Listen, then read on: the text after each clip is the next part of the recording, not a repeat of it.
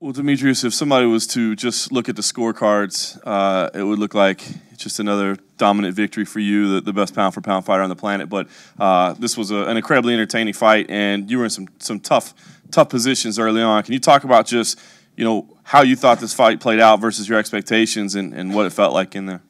Yeah, the first round was a little tough. Tim Elliott's a little crazy animal. The first round, when you have the guillotine and going for the guillotine, switch it to the Darce choke. I looked at Herb Dean and I was like, "Don't you stop it, dog. I'm good." And he goes, "No, I got you. I see you. You're fine." And just doing the hand fighting. And he was really, I mean, that's what people have to do. They got to try to get on me, smother me. When I had him in a clinch and he was throwing all those shots, just doing all this wild shit, it was just like, okay, it's fine. Dotson kind of did the same thing when we fought the second time, like hit me in the stomach, and I'm like, okay, it doesn't hurt. That's not doing anything. It's nothing really damaging. Other than that, there's nothing really in a fight where I was like, oh my God, this is actually gonna hurt or something. So, I mean, it might look worse, but all the stuff to the top of the head and the side of the head doesn't hurt. Interesting. Obviously, you and your trainer are known for working in tandem and being a great team. Can you talk about what were there any major key adjustments that were made between round one and on? Because, after that first round, you basically dominated the positioning. Yeah, absolutely. Matt came back. He goes, okay, stop sticking your head where you need to, hand fight immediately, and pass guard. And then right in the beginning of the fight, when he went for the Kimura, I was throwing submissions out left and right. But that was the biggest adjustment, is that, okay, when you shoot, hand fight, pass guard, and start isolating the arm. And I know that you ultimately just leave it up to the UFC to say who comes next, but here you are, you're inching up on the record of Anderson Silva. You've basically cleaned out the division. You did see Joseph Benavidez pick up a big win tonight. I mean, is there a name? Is it Joseph? Does that interest you? Is there any other name? I mean, what does make sense? Because they just had a reality show to find another competitor for you. Is there anything that makes sense to you? Yeah, that Joseph and Henry Cejudo fight. It was a close fight, man. I mean, I gave it almost a draw. I think that nut shot gave Joseph that split decision. But it's up to, the UFC. Sean Shelby did an amazing job grabbing, all the champions from other organizations to bring in the UFC. So Tim Elliott, he brought the fight, and I'm sure Sean Shelby has something up his sleeve, and my job is to go back to the gym and, coming off an LCL, grade 2 injury, get back in the gym. I'm going to let my knees heal, and we'll see what's next. Congratulations, Demetrious. It seems like, tonight, and it's early, but a lot of people are like looking at this as like it was a tough fight for you, and yet, like John mentioned, the scorecards weren't that tough. Do you agree with that? I mean, before this narrative gets going and people talk about this fight more, like, what did you think? Was this one of, if not your toughest title defense? When you look at it, the first round, yeah, it was tough. But after that, I made my adjustments, was able to take him down and out-grapple him. Sometimes, being the best pound-for-pound fighter in the world, you can't just go out there and blow people out the water on the feet or in the clinch. You got to display all sides of mixed martial arts, and that's what I did tonight. He was a bigger guy, able to take him down. I had him in almost a choke, arm bar, straight arm lock. So, yeah, I mean, I felt the fight wasn't close. I felt the first round like he did a good job, but after that it was, you take away that guillotine or whatever, then all you have is just that stuff. And other than that, it was, just bumps and bruises on my forehead. And when you're talking to Herb and telling him, like, I'm fine, did you know that there was no adjustment that he could make, that you were safe? It just probably looked bad? I mean, yeah, you knew early on? Yeah, I mean, I looked at Herb and I was really like, I was looking at Herb in his face. I was like, I'm good. Don't worry about it. I'm good. I've been here before. I've been in tough situations when I fought Dotson the first time. He dropped me twice in the first round. I was like, okay, that's blood. I'm fine. Okay, what else are you going to do? I mean, it was a great first round for Tim Elliott. Then once I made my adjustments, it was downhill for him. And then, your next fight will be with a lot of historical implications on the line. You're not a guy who, you would tie Anderson Silva, his streak? Go on. Okay. It looks like you were confused, like you didn't know what I was talking. Yeah, I was a little confused, but go on. I mean, you're not a guy who asks for anything specific, but do you have any ideas of where or when that historical fight should happen? Oh, when I tie it? Yeah. Vegas. Always Vegas. I love Vegas. Why is that? Same time zone.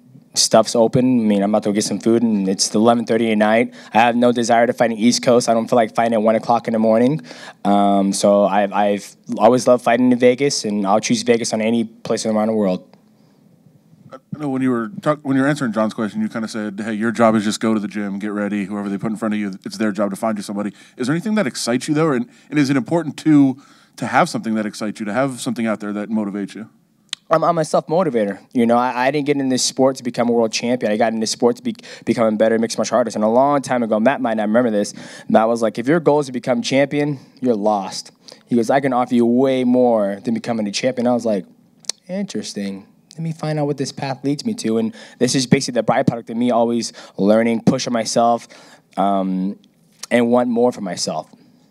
It might be tough to remember maybe specific things from the fight, but at the end of the fourth round, I think he did like a half cartwheel type kick at you right at the end of the round, and you just stepped back and gave him like a weird look. Do you remember that look and what you were thinking at that time? I was like, oh, here's this bullshit. I was like, that's what I look at. Like, I mean, it's nothing against him or anything, but in my mind, like, you can't get caught up in that atmosphere when people are, the fans are like, yeah, Tim, you're fucking slapping back in the head, you're doing all this. I'm just like, it's not doing anything. It's not. You're not crossing distance. You're turning your back sideways, and he's trying to get me caught up. And then at one point, you know, I got away from what I do well, is keep my rhythm.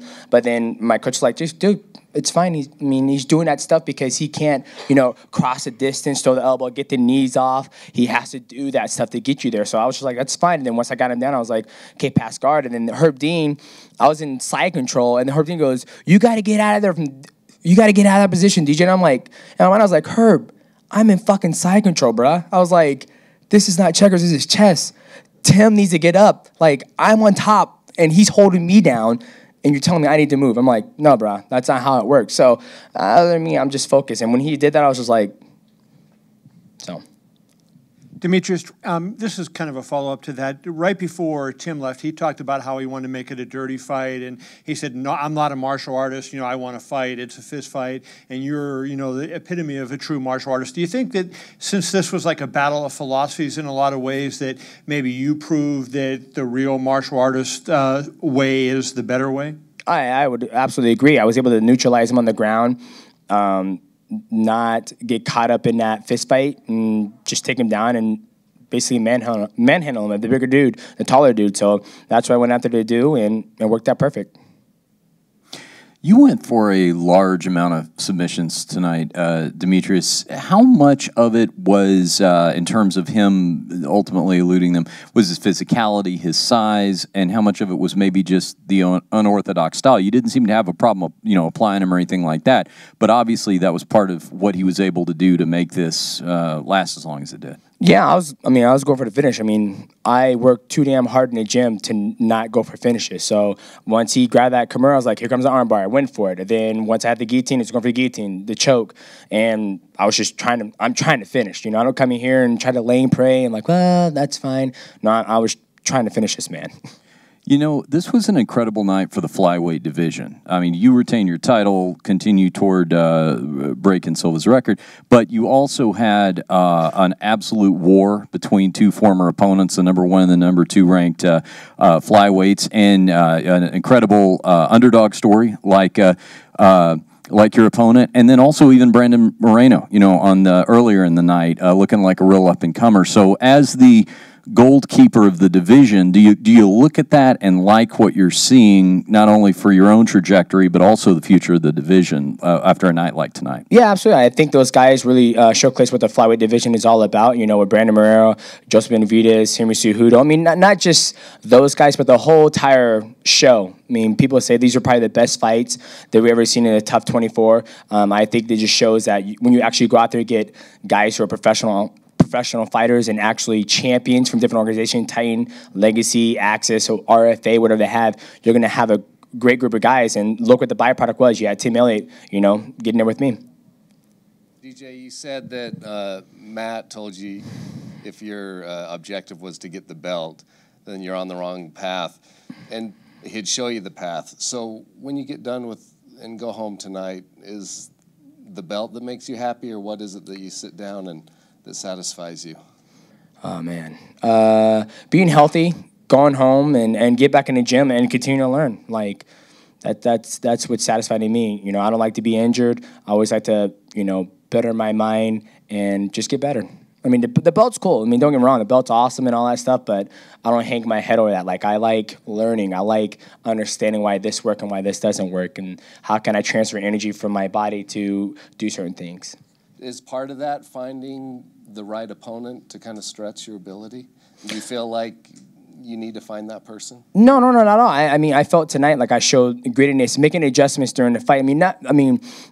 I feel tonight after the first round, everything was dominant. Like, I fell on the ground. I was able to, Tim's tough. I mean, he fights, he likes to push. And I think sometimes as a champion, you need to have those fights so you can show that you can overcome certain things. If I went there and he just laid down like a dog and let me finish him or whatever, then I don't think that shows a lot of class. I can pull to these 5-round fights and I can show dominance and make adjustments and go back to my corner after first, crazy, wild round. Matt's like, okay, this is what you got to do. You got to do, because not all my fights are going to be like that. I might have to, 4 rounds down, and I might come back and to the corner. Matt's like, all right, you got to go. You got to make the best adjustments. You got to get your shot and knock him out. So, I mean, I'm very satisfied with my performance tonight, and I think, after that first round, you guys heard the scorecards, 49-46. I mean, sounds like 4 out of 5 is pretty damn good if you ask me.